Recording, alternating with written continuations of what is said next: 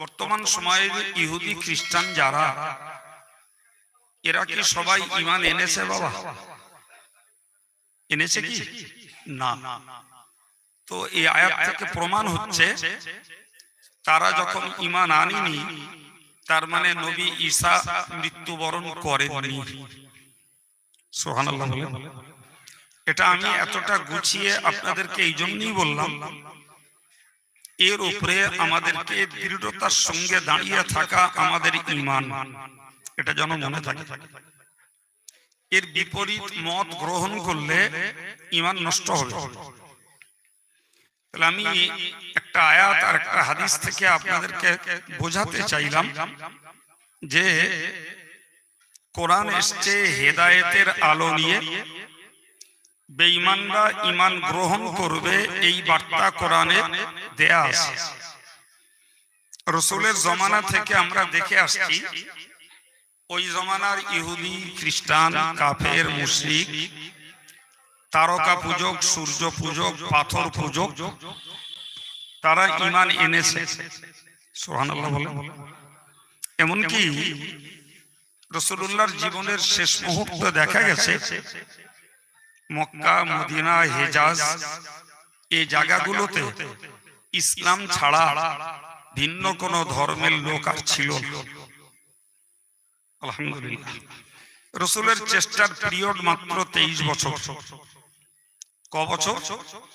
23 বছরের পিরিয়ডে মক্কা, মদিনা, হেজাজ, ইয়ামান এই জাতীয় জায়গাগুলোতে যত অমুসলিমরা ছিল তারা সবাই ইসলাম কবুল করে নিয়েছে।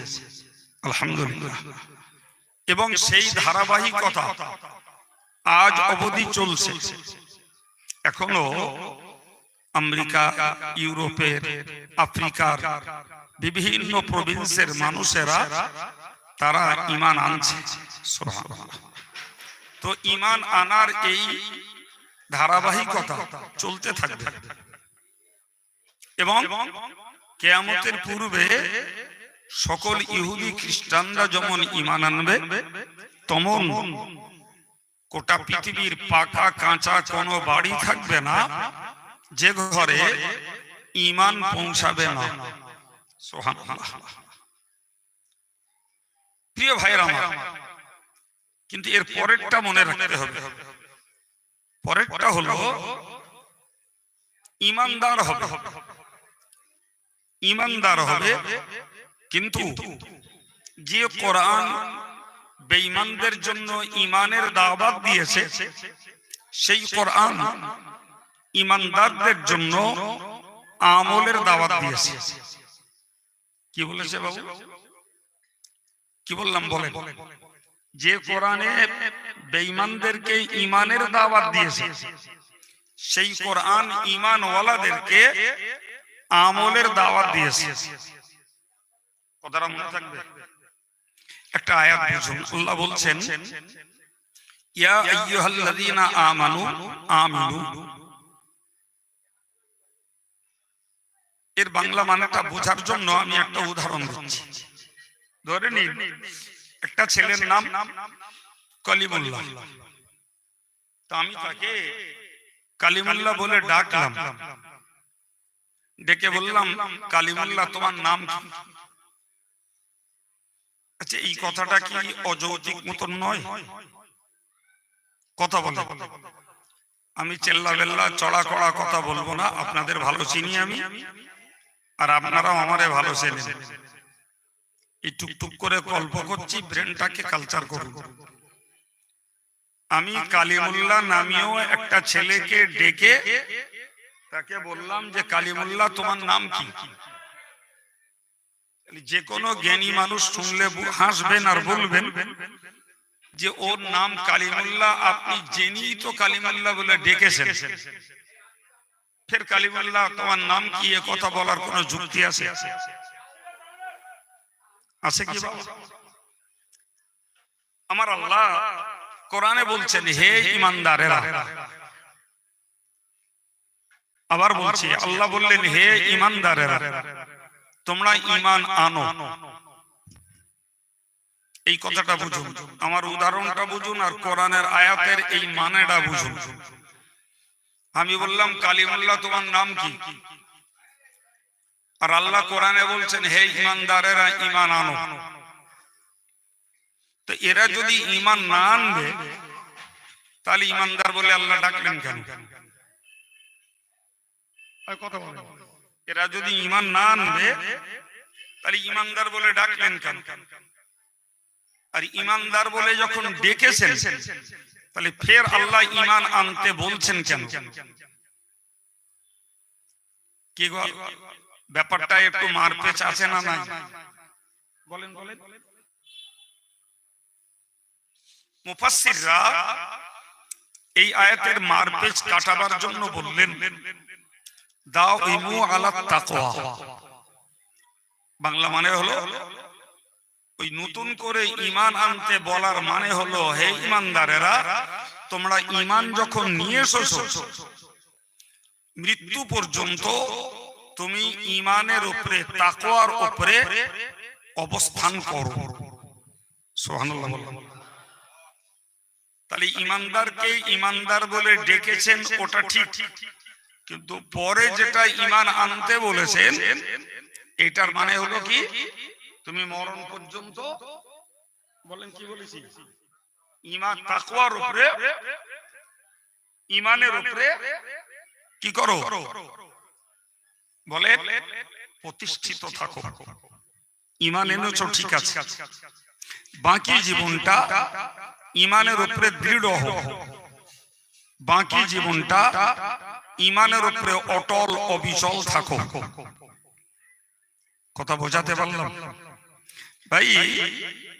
কিয়ামত হওয়ার আগে সারা পৃথিবীর ইহুদি খ্রিস্টানরা ঈমান আনবে, পাকা বাড়ি কাঁচা বাড়ি সব লোকেরা ঈমান আনবে, কিন্তু যেটা হবে কঠিন বিপজ্জনক সেটি হলো ঈমান আনবার পরে ঈমানের উপরে তারা দৃঢ়ভাবে স্থিরভাবে অটলভাবে অবিচলভাবে দাঁড়িয়ে থাকতে পারবে না। কথা ক্লিয়ার হয়েছে? এই জন্য আল্লাহ বললেন হে ঈমানদারেরা তোমরা ঈমান আনো। মুফাসসিররা বললেন ঈমান আনার মানে হলো ঈমানের উপরে বাকি জীবনটা বহাল থাকো। সুবহানাল্লাহ।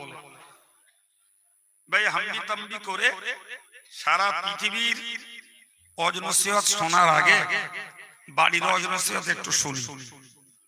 আচ্ছা বলেন তো আজকের এই নাগরপুর হিফজুল কোরআন মাদ্রাসার বাৎসরিক ইসালে সওয়াব আপনাদের দানে প্রতিষ্ঠিত পরিচালিত, আলহামদুলিল্লাহ শুনছিলাম। এবার দুটো ছেলে হাফেজ হয়েছে, তারা আপনাদের সামনে পাগড়ি পরবে বা আমরা পরাবো, সেটা আপনাদের দানের একটা ফসল, ঠিক না ভুল? আচ্ছা বলে এই সভাটার আওয়াজ এই গ্রামটা তো বটেই, বরং পার্শ্বস্থ কিছু মানুষ যদি না জানতেন তাহলে পাশের গ্রামের ভাইরাও আসতেন না। তাহলে এই গ্রামের বাইরেও পাশের অন্যান্য গ্রামের কিছু না কিছু ভাইরা শুনেছেন, তাদের মধ্যেও অনেকে এসেছেন।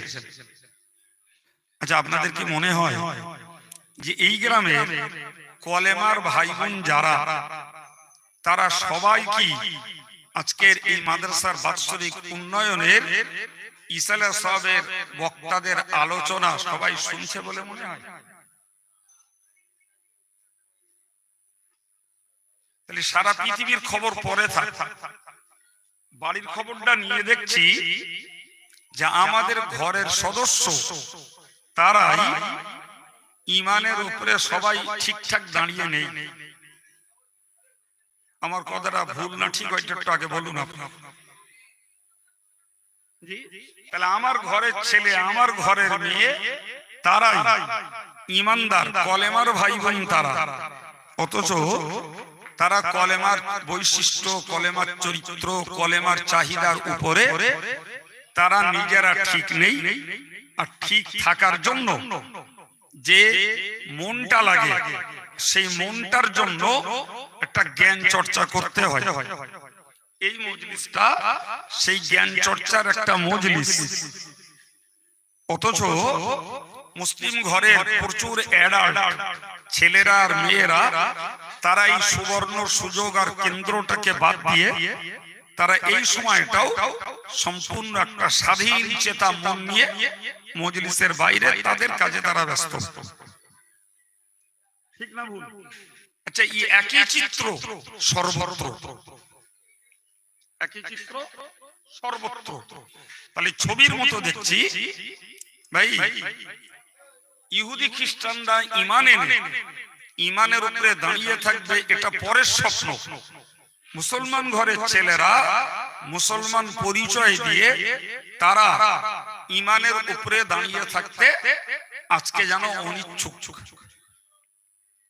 ভুল বললাম? এদের আগ্রহ কম, এদের ভিতরেই অনীহা ভাব।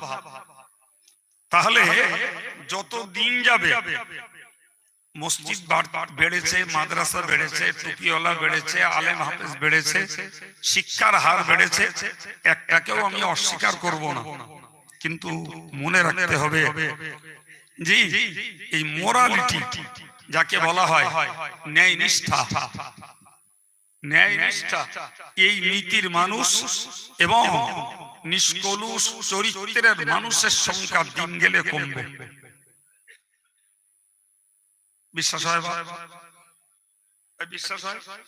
তাহলে মনে রাখুন, যারা দিনদার, যারা আল্লাহওয়ালা, যারা কোরআন সুন্নাহর পক্ষে চলতে চায় ভাই, তাদের জন্য ভবিষ্যৎ জীবনটা সহজ ভাবলে হবে না, বরং যত দিন যাবে তত বুঝতে হবে বিশাল পৃথিবীটা, বিস্তীর্ণ এই পৃথিবীটা আল্লাহ ওয়ালাদের জন্য ছোট হয়ে আসবে। এই বিশ্বাস করে? আল্লাহ ওয়ালাদের জন্য কি বলেছি? ছোট হয়ে আসবে। এরা সত্যকারের নেশার লোক খুঁজে পাবে না। এরা নিজেদের প্রকৃত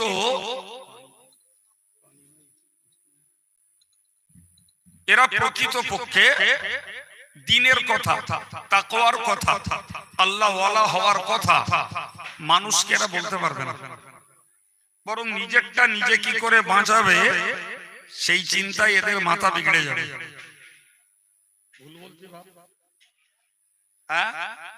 আপনার বাইরে যাওয়ার দরকার নেই, আমি একটা বক্তা, আমার কথা ছাড়ুন, আমার এরিয়া অনেক বড়, আমার এরিয়া অনেক বড়, আমার ফলোয়ার্স অনেক বেশি জি। ফলে আমি যদি তাদেরকে ইসলামের প্রতি আকৃষ্ট করতে চাই, তাদেরকে যদি আল্লাহ ওয়ালা বানাতে চাই, তাদেরকে যদি তাকওয়া ওয়ালা বানাতে চাই, ভাই আমার মেহনত যেমন বেশি, গালও শুনতে হবে তত বেশি। বিশ্বাস হয়? আমার বিরোধী লোকের সংখ্যাও তত বেশি, আমার নামে সমালোচনা, পর্যালোচনা, মিথ্যাচার, অপপ্রচারও তত বেশি। ঠিক না ভুল কি বলছেন? আচ্ছা, নবীকে তো আমরা জানি তিনি 100% নিখুঁত, নিদাগ এবং সর্বশ্রেষ্ঠ গুণসম্পন্ন আল্লাহ পাকের হাবিব তিনি। ঠিক না ভুল? আমি কোরআনের আয়াত দিয়ে দিয়ে আপনাকে বলছি না, আমি আগে বলেছি হাঁকা চেল্লা করব না আর আকাশ পাতাল কথা বলবো না। আমি আপনাকে শান্ত মাথায় আপনাদের চিনি, সেই চেনার দৃষ্টিতে কিছু কথা বলছি। এই নবী আমাদের দৃষ্টিতে সর্বশ্রেষ্ঠ গুণসম্পন্ন এবং তিনি হাবিবুল্লাহ বলে পরিচিত। বাবা, আমার নবীকে তার জীবনে গাল ফজিহত, কুৎসা, বদনাম, মার, বয়কট, দেশান্তর কোনটা তার জীবনে ভোগ করতে হয়নি বাবা? চিল্লে বলেন একটু। আমি ওয়াজ করছি না, আমি আপনাদের নিয়ে গল্প করছি সব কথা। অথচ আমাদের চিরন্তন বিশ্বাস নবী নিখুঁত, নিদাগ একজন মানুষ। সম্মানিত ভাইরা, সেই মানুষটাকে যদি এ জাতীয় সব রকমের বিষাক্ত ব্যবহার, বিষাক্ত আচরণ এবং বিষাক্ত বুলি আমার রাসূলুল্লাহকে যদি সইতে হয় বাবু, তাহলে ওই একটা কথাতেই আমাদের শিখতে হবে যে আমরা হক কাজ করব, নেক আমল করব, ন্যায়ের পথে চলব, মানুষকে ন্যায়ের প্রতি নির্দেশ করব। নিশ্চিত আমাদেরকেও যথারীতি গাল ফজিয়াত, কুৎসা, বদনাম এগুলো আমাদের কিছু না কিছু অংশ আমাদের নসিবেও জুটবে, কারোর কম কারোর বেশি। আপনি একটা কথা শুধু ভাবুন, আমি একদম চোখে আঙুল দিয়ে ভাবাচ্ছি। আচ্ছা বলুন, কোরআনের বক্তব্য অনুযায়ী আমরা অদ্যাবধি যা শুনেছি, এই মেয়েদেরকে পর্দা করতে হয়, এটা ফরজ, ওয়াজিব, সুন্নত না নফল? বাহ, এক কথাই ঠিক বলেছেন, ফরজ। আচ্ছা, আমাদের ঘরের মেয়েরা বেশি অংশ আজকে যারা এই বিয়ে বাড়িতে বিয়ে খেতে যাচ্ছে, যুবতী মেয়ে বলি, ঘরের বৌমা বলি, নিজের স্ত্রী বলি, জি, এরা যারা বিয়ে খেতে যাচ্ছে, আচ্ছা এদের কাছে এই বিয়ে বাড়ির মেয়েদের পর্দা ঠিক থাকে মনে হয়? আচ্ছা, পর্দা করা যদি ফরজ হয়, তাহলে একজন মুমিনা মুসলিমা একটা মেয়ের পক্ষে এই পর্দাটা হলো মস্ত বড় একটা তাকওয়া। মস্ত বড় কি তাকওয়া? তাকওয়া মানে এটা একটা খোদার ভয়ের কাজ, এটা একটা পরহেজগারিতার কাজ, এটা একটা সংযত জীবনের কাজ। আচ্ছা, আপনি আজ থেকে দায়িত্ব নেন তো। আব্দুল কাইয়ুম বলছে, আর আপনি নিয়ত করে নেন যে আমার বাড়ির অ্যাডাল্ট মেয়ে, আমার বৌমা, আমার বোন, আমার স্ত্রী, এদের কাউকে আজ থেকে আর বিয়ে বাড়ি যেতে দেবো না। পারবেন?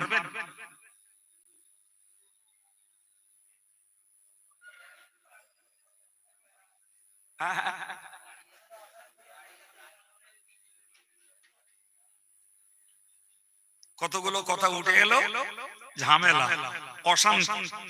আমার এক ভাই বললো বাড়ি আর থাকতেই দেবে, যেটা বাস্তব সেটাই বলছি। আপনি এটা ভাবুন যে কোরআন পৃথিবীতে এসেছে বেঈমানদের ইমানের পথ দেখাতে, আর ইমান ওয়ালাদেরকে আমলের পথ দেখাতে। জি, আমি আব্দুল কাইয়ুম আপনাদেরকে মিন্স মুসলিম কমিউনিটিকে বিভিন্ন জায়গায় কোরআনের পক্ষে কথা বলছি। আমি আগেই বলেছি যে আমার এরিয়া বেশি, জনসংখ্যা বেশি, সুতরাং গাল ফজিয়াত, কুৎসা, বদনাম পাওনা আমার বেশি। জি, আপনি শুধু এইটুকু ভাবুন, আপনার একটা পরিবার আপনার আন্ডারটেকিং, আপনার অধীনস্থ আপনার পরিবার, তাদের খাওয়া, তাদের পড়া, তাদের রোগের চিকিৎসা, তাদের সুখ শান্তির জীবনযাপনের ব্যবস্থাপনা, তাদের জন্য বাড়িঘর, এই সব কিছুর খেদমত আপনার। ঠিক না ভুল বাবা? এরপরে আপনি আপনার স্ত্রীটাকে কি আপনার পরিবারের এই মেয়েগুলোকে বলছেন, দেখো এই তোমরা এই বেপরদায় সাজগোজ করে নগ্ন চিত্রে তোমরা এই বিয়ে বাড়িতে যাবে, এটা ইসলামে হারাম, এটা তাকওয়ার খেলাফ, এটা ইমানদারের আমলের খেলাফ, তোমরা এই কাজটা করতে পারবে না। আপনি ওই জায়গাটায় বলে আপনি আব্বা হিসাবে মেয়ের কাছে খারাপ, শ্বশুর হিসাবে বৌমার কাছে খারাপ, ভাই হিসাবে বোনের কাছে খারাপ, স্বামী হিসাবে স্ত্রীর কাছে খারাপ। আমার কথা খাটছে কি? এবার বলুন, যদি আমার পরিবারটাতে আমি কোরআনের পক্ষে দাঁড় করাতে যাই, তাদের কাছে আমি নাকানি চোবানি খাচ্ছি, জি, তাহলে বিশ্ব জুড়ে ইমানদারের সংখ্যা রা করে বাড়ছে, ইমানদারের সংখ্যা বাড়ছে বিধায় মসজিদ বেড়েছে, মাদ্রাসা বেড়েছে, দাড়িওয়ালা বেড়েছে, টুপিওয়ালা বেড়েছে, কিন্তু সত্যকারের ইমানের উপরে দাঁড়িয়ে থাকার লোক সংখ্যা কমছে না বাড়ছে? এবার আপনারা বিবেচনা করুন কি হচ্ছে বাবা? কমছে। এই জন্যই আল্লাহ বলেছেন, হে ঈমানদারেরা, তোমরা ঈমানের উপরে দায়েম থাকো, ঈমানের উপরে কায়েম থাকো, ঈমানের উপরে দৃঢ় থাকো, ঈমানের উপরে তুমি অটল অবিচল হও, ঈমানের উপরে তুমি প্রতিষ্ঠিত থাকো, তবেই তোমার ঈমান গ্রহণ করাটা তোমার জন্য প্রকৃত কল্যাণের হবে। কথা বোঝা যাচ্ছে বাবা? হ্যাঁ ভাই, আজকে প্রচুর ইমানদার মুসলমান, এমনকি মোল্লা মৌলবীদের চিন্তা ভাবনা, মোল্লা মৌলবীদের চিন্তা ভাবনা যে মাদ্রাসাগুলোরে আরো উচ্চ শিক্ষা করাতে হবে। ভালো করে খেয়াল করুন, এরা ডাক্তার হবে, এরা মাস্টার হবে, এরা পিএইচডি হবে, এরা ইঞ্জিনিয়ার হবে। এরকম কথা শোনেন? শুনেছেন? আচ্ছা বলুন তো, পেট্রোল আর পানি দুটো একসঙ্গে মেশে ভাব জানেন? এই জর্জ বুশের সঙ্গে যখন যুদ্ধ চলছিল সাদ্দামের সঙ্গে, একদিকে জর্জ বুশের নেতৃত্বে বহুজাতিক বাহিনী আর একদিকে সাদ্দাম, 1990 সালের কথা। তার মানে এখান থেকে কম বেশি 35 বছর 34 বছর আগে। জি, তো তখন উপসাগরে পানির উপরে পেট্রোল ঢেলে দিয়ে আগুন লাগিয়ে দিল। কারণ মনে পড়ে কি? অন্তত জ্ঞানী মানুষ যারা, বয়স্ক যারা, তাদের মনে থাকার কথা, উপসাগরীয় যুদ্ধে পানির উপরে কি ঢেলে দিল? পেট্রোল। আর পানির উপরে পেট্রোল ঢেলে দিয়ে আগুন জ্বালিয়ে দিল। তার মানে ওই পেট্রোলের কানেকশনে দাউ দাউ করে আগুন জ্বলবে, ফলে সামরিক যুদ্ধ একটাও ওই আগুন পারাপার করতে পারবে না। এটা যুদ্ধ প্রক্রিয়া, যুদ্ধের একটা পলিসি। আমি আপনাকে শুধু বোঝাতে চাইছি, পেট্রোল আর পানি দুটো এক জায়গায় হবে ভাই। ওই জায়গাটা দাঁড়িয়ে এবার একটু ভেবে আপনারা উত্তর দেন। একদিকে একটা ছেলে হাফেজ হবে, মাওলানা হবে, আর ওই ছেলেটা ডাক্তার হবে। ওই ছেলেটা ডাক্তার হবে। আচ্ছা, হাফেজ মাওলানা হওয়ার পরে ওই ছেলেটা যদি ডাক্তার হতে যায়, তার হিফজুল কোরআন আর ইলমের কোন চরিত্র, কোন আদর্শ, আখলাক সত্যকারের বজায় রাখতে পারবে বলে মনে হয়? কি বলছেন? পেট্রোল আর পানি মেশবে? বলেন বলেন বলেন, মেশবে? একজন হাফেজ হবে, মাওলানা হবে, পরবর্তীতে সে ইঞ্জিনিয়ার হবে, পরবর্তীতে সেই ভদ্রলোক মনে করুন সে এরোপ্লেন ইঞ্জিনিয়ার হবে, কিংবা সে পাইলট হবে, কিংবা সে মেয়ে হিসাবে একটা নার্স হবে, অথবা এয়ার হোস্ট অর্থাৎ সে বিমান সেবিকা হবে। খুব ভেবে চিন্তে আমার কথার উত্তর দেন। নার্স হবে, বিমান সেবিকা হবে, সে পাইলট হবে, সে ইঞ্জিনিয়ার হবে, সে ডাক্তার হবে, জি, সে ব্যারিস্টার হবে। বুকে হাত দিয়ে ভেবে বলুন, ঈমান, ইসলামের আদাব, আখলাক, আমল, তাকওয়া এগুলোকে বাঁচিয়ে রেখে ওই ডিগ্রি হোল্ডার হওয়া কি বাস্তবে সম্ভব মনে হয়? আমি কি ইংরেজিতে বললাম? বলতে তো পারি না, বাংলায় বলিস তো। তা আপনাদের উত্তর দিতে দেরি হচ্ছে কেন? পারবে? হ্যাঁ না বলে।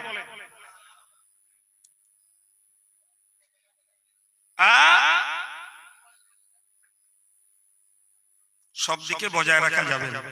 ঠিক বলেছেন ভাই। আজকে সারা দেশ জুড়ে 96% ছেলে মেয়ে যারা জেনারেল এডুকেশন নিয়ে তারা উচ্চ শিক্ষিত হচ্ছে। উচ্চ শিক্ষিত, উচ্চ শিক্ষার বিনিময়ে তারা চাকরিজীবী হবে না, তারা টিউশনি পড়াবে না, তারা কোনো হায়ার মার্চেন্ট বিজনেসম্যান হবে, ব্যবসা করবে না, তারা কোম্পানির ডিরেক্টর ম্যানেজার হবে।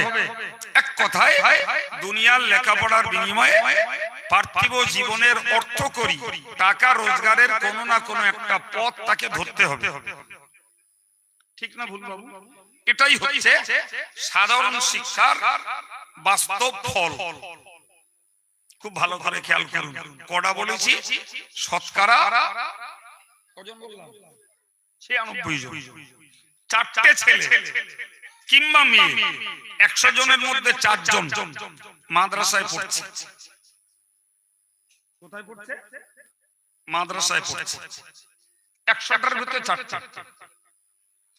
এই 4 জন যারা মাদ্রাসায় পড়ছে, তারা যারা মেয়েরা, এরা তো ঘরোয়া আমল করার লোক।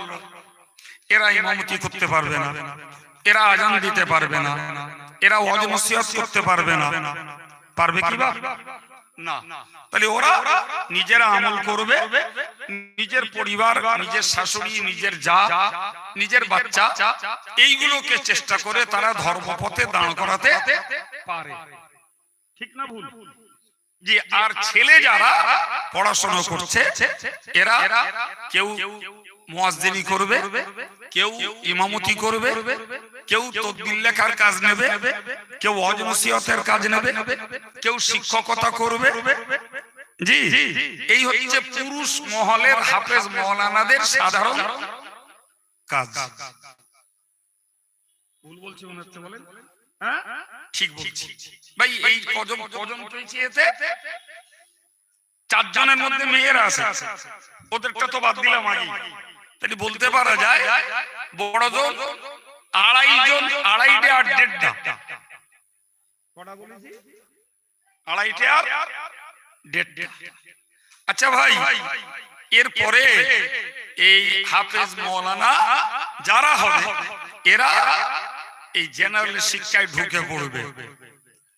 পড়ে এরা ডাক্তার হবে, এরা ব্যারিস্টার হবে, এরা ইঞ্জিনিয়ার হবে, এরা পাইলট হবে, এরা বিমান সেবক হবে, এরা হয়তো নার্স হবে, ইত্যাদি ইত্যাদি। নার্স যদিও মেয়েরা হয়, এরা হবে। আচ্ছা, তা আপনার এই বাপের জানাজা কেডা পড়বে? ঈদ কেডা পড়াবে? ইমামতি কেডা করবে? ওয়াজটা করে লোকে ধর্ম শেখাবে কেডা? আজান দেবে কেডা? মক্তবে কোরআন শরীফ পড়াবে কেডা? এটা কিছু বলে না কেন? আমি আগে তো বলেছি আমি ওয়াজ করব না, একটু গল্প করতেছি। কারা করবে এগুলো? প্রিয় ভাইরা আমার, মনে রাখবেন, নিশ্চিত কথা ভালো, কিন্তু বাস্তবতাটা ইমানের জন্য, ইসলামের জন্য একটা ভয়ঙ্কর দিক। এটা একটা বিরাট পলিসি যে যদি হাফেজ মাওলানাদের ব্রেনটাকে ক্র্যাক করে এদেরকে যদি ঘুরিয়ে এই জেনারেল এডুকেশনের দিকে যদি এদের মডিফাই করা যায়, এদের মোটিভটাকে যদি চেঞ্জ করা যায়, তাহলে প্রকৃত আলেম, প্রকৃত হাফেজ, প্রকৃত মুহাদ্দিস, প্রকৃত মুফাসসির, প্রকৃত কারি, প্রকৃত মুফতি দেশে অভাব পড়বে। এই হ্যাঁ বলেন, পড়বে না? পড়বে না? তখন শরীয়তের আসল চরিত্র মানুষের কাছে হারিয়ে যাবে। জি প্রিয় ভাইরা আমার, এবার আমি আপনাকে বোঝাই, খুব দৃঢ়তার সঙ্গে আমার কথাগুলোকে বুঝুন, দৃঢ়তার সঙ্গে বুঝুন ভাই। কোরআন শরীফে আল্লাহ বলেছেন, কোরআন শরীফে আল্লাহ বলেছেন ইকরা, তোমরা পড়ো, তোমরা পড়ো। আপনারা শুনছিলেন, পড়ো। তো পড়ার দিক সব অস্বীকার করা যাবে না। ভূগোলও পড়া, বিজ্ঞানও পড়া, জি গবেষণাটাও পড়া, সব পড়া, আবার কোরআনও পড়া, হাদিসও পড়া, এও পড়া ও পড়া। আচ্ছা, আমরা তো কোরআনের লোক, এটা এখন থাক, আমরা আউটসাইডটা দেখে নিই। আচ্ছা, আজকে বলেন তো, সারা পৃথিবী জুড়ে doctor, master, barrister, minister, MLA, MP, মুখ্যমন্ত্রী, প্রধানমন্ত্রী, রাষ্ট্রসংঘের নেতা, রাষ্ট্রসংঘের মহাসচিব, বিশ্ব স্বাস্থ্য সংস্থার সদস্য, ঐতিহাসিক, ভৌগোলিক, বৈজ্ঞানিক, এর অধিকাংশ নন মুসলিম। চিল্লে বলেন একটু, অধিকাংশ অমুসলিম। আর যত পার্সেন্টেজ মুসলমান আছে আল্লাহ বেহতার জানে, একটা দুটো দুটো চারটে ব্যতিক্রম হওয়াটা ঘটনা না, কিন্তু যে পার্সেন্টেজ মুসলমান আছে ভাই, এ কোটারে আপনি মুসলমান বলে খুব একটা বুঝতে পারবেন। ভুল বললাম? মুসলিম কম নেই ভাই, এমএলএ আছে, এমপি আছে, ডাক্তার আছে, মাস্টার মশাই আছে, জি, ইঞ্জিনিয়ার আছে, প্রিন্সিপাল আছে, প্রফেসর আছে, একেবারে কম নেই। যে কজন এই মুসলিম কমিউনিটি থেকে এই সাধারণ উচ্চ পদস্থ হয়েছেন, আমি আগে বলেছি দু চারটে ব্যতিক্রম, ওটা ঘটনা না, অধিকাংশকে আপনি বুঝবো জান্নাত হলো জান্নাতুল ফিরদাউস। এই জান্নাতুল ফিরদাউসের ব্যবস্থাপনা এটা ঈমানওয়ালাদের জন্য, এটা আমলওয়ালাদের জন্য, এটা মুত্তাকি যারা পরেজগার আল্লাহওয়ালা তাদের জন্য ওই জান্নাতুল ফিরদাউস। তাহলে একদিকে এরাই সৃষ্টির শ্রেষ্ঠ, আর এরাই হলো জান্নাতুল ফিরদাউসের হকদার। সম্মানিত ভাই, সিদ্ধান্ত আমাকে নিতে হবে যে আমি আল্লাহর বিচারে শ্রেষ্ঠ হব না মানুষের বিচারে শ্রেষ্ঠ হব, এর সিদ্ধান্ত নিতে হবে। আর পারলৌকিক জীবনে আমি জাহান্নামের খোরাক হব না জান্নাতুল ফিরদাউসের দখলদার হব, সিদ্ধান্ত নিতে হবে। যদি মনে হয় আল্লাহ পাকের বিচারে আমি শ্রেষ্ঠ হব এবং জান্নাতুল ফিরদাউসের হকদার হব, তাহলে তার জন্য এনিহাউ দুটো গুণ আমাকে সঞ্চয় করতেই হবে। একটা হলো খাঁটি ঈমান, আর একটা হলো সৎ কাজ, আল্লাহ আল্লাহ রাসূলের কথিত ভালো কাজ। কথা ক্লিয়ার হয়েছে? হ্যাঁ, এখন যদি আপনার মনে হয় যে আমি বা আমার পরিবার এদেরকে যদি আমরা আধুনিক বিশ্বের সঙ্গে যদি তাল্লা দেওয়াতে চাই, তাহলে একটু ভাবতে হবে যে ঈমান এবং আমলটা ক্ষতিগ্রস্ত হবে কিনা। আমার ছেলে ডাক্তার হোক, মাস্টার হোক, ব্যারিস্টার হোক, ইঞ্জিনিয়ার হোক, সে পাইলট হোক, এয়ার ফোর্স হোক, সে নার্স হোক, মেয়েটা কোনো সমস্যা নাই, কিন্তু এটা আমার মাথায় রাখতে হবে কি হবে না একটু ভাবুন দিন। ঠিক করে বলুন যে এগুলো হোক, কিন্তু ঈমান এবং আমল আমার রক্ষা করতে হবে না, হবে না? বলেন বলেন। এখন যদি বুঝি যে দেশের যে হালচাল, ঈমান এবং আমল রক্ষা করতে গেলে ওই অতদূর হওয়ানো যাবে, কি বলছেন? হ্যাঁ না বলেন, যাবে না যাবে না? অতদূর ভাইরে, আপনি জানেন এই দেশে দাড়ি রাখলে জামিয়া মিলিয়াতে পড়তে দেওয়া হয় না। এই দেশে দাড়ি রাখলে পুলিশ বিভাগে কাজ করতে দেওয়া হয়। আপনি কি ভাবছেন? এই দেশে ডাক্তারি পড়তে গেলে দাড়ি কাটা ফরজ। আপনি বলছেন হুজুর তাইলে কি আর ডাক্তার আমরা কিছু হব না, আমাদের ছেলে মেয়েরা হবে না? জি, আমি না হওয়ার কথা বলি, কিন্তু হওয়াতে গেলি পরকালটা ক্ষতিগ্রস্ত হবে না, হবে না? আশ্চর্য ব্যাপার, সে যারা যারা ওই সিস্টেম মেনে নিয়ে হয়েছে সে তারা ওই সিস্টেম বজায় রেখে দিয়েছে। ওর পারলাই যে ডাক্তার বাবু সার্জন যারা ওটি করে এদের প্রত্যেকদিন একবার করে দাড়ি কাটা মাস্ক প্রতিদিন। আপনি কি ভাববেন এই দাড়িতে নাকি যত জঞ্জাল আর যত ধুলোবালি সব কি? অতএব এই দাড়ি রেখে ওটি করতে গেলি এই জীবাণু উঠি পড়বে। এ হচ্ছে আমি শুধু বলি এরা নেড়াটা হয় না কেন সেটাও এক চিন্তা, ওতেও তো ধুলোবালি জড়ায়। এখন যদি বলা হয় যে নেড়া হই না এই জন্য ক্যাপ পরি, তার যদি ক্যাপ পরে যদি ওটি করা যায় তাহলে দাড়িতে ক্যাপ লাগিয়ে ওটি করা যাবে না? যাবে না, ও সুযোগ নাই, ও সুযোগ নাই। ওর জন্য কাটা ফরজ। কি বুঝলে? একজন পুলিশ অফিসার, সে আমার খুব ভক্ত লোক, নামাজ কালাম পড়ে আল্লাহ আল্লাহ করে এবং হায়ার অফিসার। যাই হোক, ভদ্রলোক গত 2 বছর আগে হজ করেছে। তো আমাকে নিয়ে গেলেন দোয়াদানি করার জন্য, গেলাম। তা আমাকে বলছে, হুজুর আপনি তো আমার উপরে মনে মনে অসন্তুষ্ট আমি জানি, কিন্তু পরিস্থিতি আমার বাধ্য করেছে দাড়ি কাটতে। তো আমি নিয়ত করেই ফেলেছি এই যে দাড়ি ছেড়ে দিছি মানে হজের কয়েকদিন আগে, এ দাড়ি আর কাটবো না, তাতে চাকরি থাকে থাকতে যায়।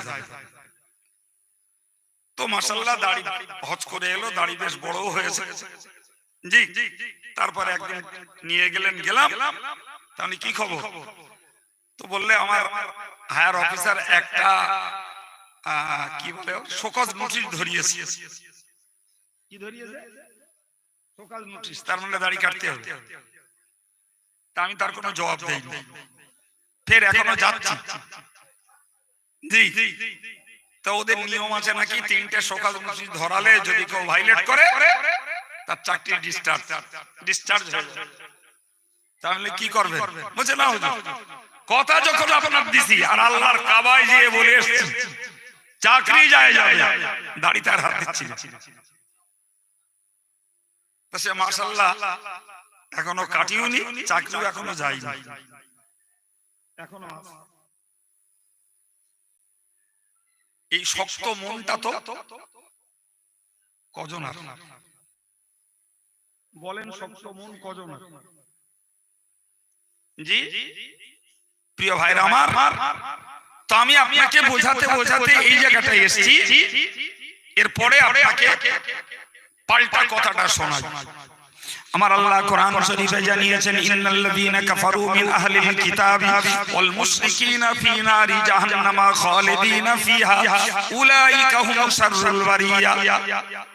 আমার আল্লাহ বললেন, নিশ্চয়ই যারা কাফের, নিশ্চয়ই যারা মুশরিক, আমি আল্লাহ বলছি এরা যদি কুফরি অবস্থায় আর শিরকি অবস্থায় মারা যায়, এদের ঠিকানা হলো ফি নারি জাহান্নাম, এদের ঠিকানা হলো দোজখ।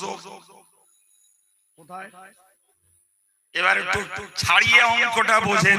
সারা বিশ্ব জুড়ে যত ঐতিহাসিক, যত ভৌগোলিক, যত অর্থনীতিবিদ, যত ডাক্তার আর মাস্টার, আর যত মুখ্যমন্ত্রী আর প্রধানমন্ত্রী, যত বৈজ্ঞানিক যারাই থাক না কেন, এরা জগতের দৃষ্টিতে উচ্চ শিক্ষিত, এরা পাইলট, এরা এয়ার হোস্ট, এরা সব কিছু।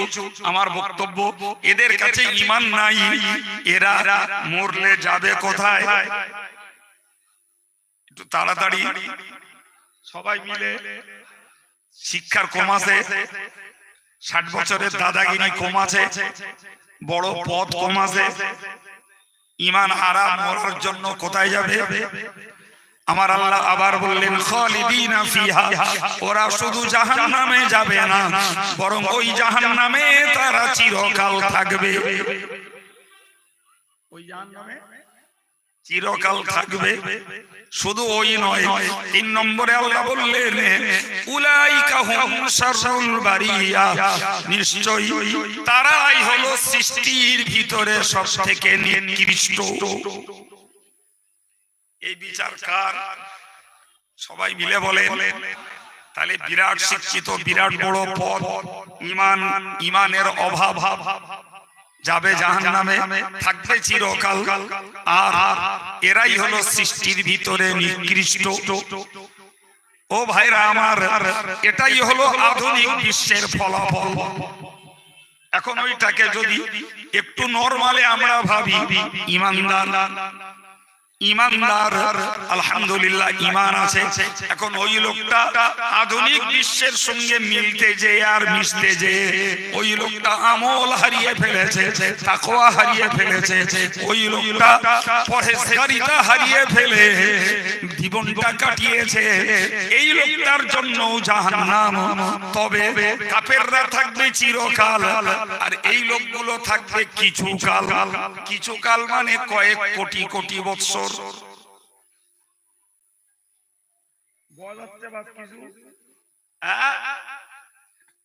জি ভাইরা আমার, ভালো করে মনে রাখুন, ভালো করে মনে রাখুন যে অবস্থাটা কত সঙ্গীন। একটা হলো দুনিয়া, আর একটা হলো আখিরাত।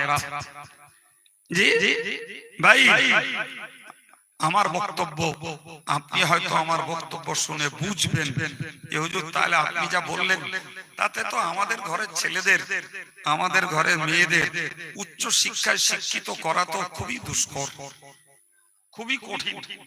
অবশ্যই কঠিন, অবশ্যই কঠিন তো বটেই। এর মধ্যে পারিবারিক ভাবে যারা গাইডনেস নিতে পারে, হয়তো school, college, university, research centre, ওই জায়গাগুলোর নিয়মটা না মানলে নয়, তাকে মানতে হবে। কিন্তু যখনই সে জায়গা ছেড়ে সে রিলিজ পাবে, তখনই তাকে ধর্মের পূর্ণ হালে, পূর্ণ আচরণে, পূর্ণ চরিত্রে তাকে ফিরতে হবে। তাহলে আমাদের ঘরের ছেলে মেয়েদের আমরা খানিকটা প্রয়োজনীয় উচ্চ শিক্ষা দিতে পারবো বাবা। আর যদি পারিবারিক ভাবে গার্ড হেলদি, তাহলে ওদেরকে আর আমাদের ধর্মের লেভেলে পাওয়া যাবে না, আর রাখাও যাবে না। জি, যদি বলেন হুজুর তো যতটুকু কলেজ, ইউনিভার্সিটি, রিসার্চ সেন্টারের নিয়ম মানবে, ওটাও তো খারাপ। আমি সেক্ষেত্রে বলবো ওটা সিস্টেম অনুযায়ী যতটা খারাপ হবে, ওইটুকুর জন্য তো আল্লাহরে বলা যাবে, আল্লাহ এই লেখাপড়ার স্বার্থে এই অন্যায়গুলো করে ফেলেছি, মাওলা তুমি আমারে মাফ করে দাও। তবে তুমি দেখো আল্লাহ, আমি সুযোগ পেলে তোমার কোরআন, তোমার হাদিস এবং তোমার প্রিয় নবীর সুন্নতকে আমি মর্যাদা দিয়েছি, আমল করেছি, এই কথাটা মন থেকে বলা যাবে। এটা নিছক পারিবারিক গাইডনেস ছাড়া সম্ভব না। কথা বোঝাতে পেরেছি বাবু? হ্যাঁ, পারিবারিক গাইডনেস ঠিক রেখে দিয়ে স্কুল, কলেজ, ইউনিভার্সিটি সিস্টেম অনুযায়ী কিছু ত্রুটি হলেও ওটা তবু আল্লাহর কাছে বলার মুখ থাকবে। আর ওইটা করতে যে এদিকটা যদি পুরো ছাড়িয়ে ফেলি, হারিয়ে ফেলি, পুরো যদি বাদ চলে যায়, এ কাল বেঁচে যাবে। ও কালটায় কি বলছেন, ধরা খেতে হবে না, হবে না। অতএব ইমানদার মুসলমানের মৌলিক গুণ হলো ঈমান এবং নেক আমল। এতেই রয়েছে শ্রেষ্ঠত্বের মর্যাদা, এতেই রয়েছে আল্লাহর কাছে জান্নাত। আর এটাকে বাঁচিয়ে রেখে যদি আধুনিক বিশ্বের সঙ্গে পাল্লা কাটতে যাই, নিশ্চিত কিছু না কিছু হগল বগল, ত্রুটি বিচ্যুতি ঘটেই যাবে। সেগুলো যদি পারিবারিক ভাবে রক্ষা করা যায়, তবু আল্লাহর কাছে মুখ তুলে বলা যাবে। আর পারিবারিক ভাবে যদি উদম দেওয়া হয়, তাহলে আল্লাহর কাছে বলার মতো আর বুক বল, মনোবল থাকবে না, আর হবেও না। ও মনেও করবে না যে আমি কিছু অন্যায় করেছি। এরম লোক একটা দাগ না, হাজার হাজার আমার চোখের সামনে ঘুরছে, হাজার হাজার চোখের সামনে। যারা ঈমানওয়ালা, দাড়িওয়ালা, টুপিওয়ালা এবং কোরআন শিক্ষা, মাদ্রাসা লাইনের শিক্ষাটাকে যারা 10 পয়সা না 1 পয়সার মূল্য দেয়, অথচ তারা আমাদের ঘরে। কি মনে হচ্ছে ভুল বলছি আমি? এই ভুল বলছি মনে হচ্ছে? বাস্তবে দেখে শুনে বলছি, দেখে শুনে। জি ভাই, ও তো অনেক উচ্চ শিক্ষিত লোক রে বাপ। এমনও মুসলিম প্রধান সাহেব, তার মানে 7-8টা অঞ্চলের প্রধান একটা পঞ্চায়েতে। জি, সে লেখাপড়াও বেশি জানে না, উচ্চ মাধ্যমিক পাস। তার যা ঘৃণা, তার যা এর প্রতি অনীহা, দাড়ি টুপি নামাজ কালামের প্রতি, মাদ্রাসা শিক্ষার প্রতি তার যা অবজ্ঞা, শুনলি মনে হবে এরম জিনিস মুসলিম ঘরের না জন্মানোই ভালো ছিল। আমি একটা জানি তাই বললাম, বাকি আর কে ঘুপি ঘাড়ে আসে আল্লাহ ভালো জানে। জি জি সম্মানিত ভাইরা আমার, সুতরাং আপনাদের প্রতি আমার দিল ভরা দোয়া।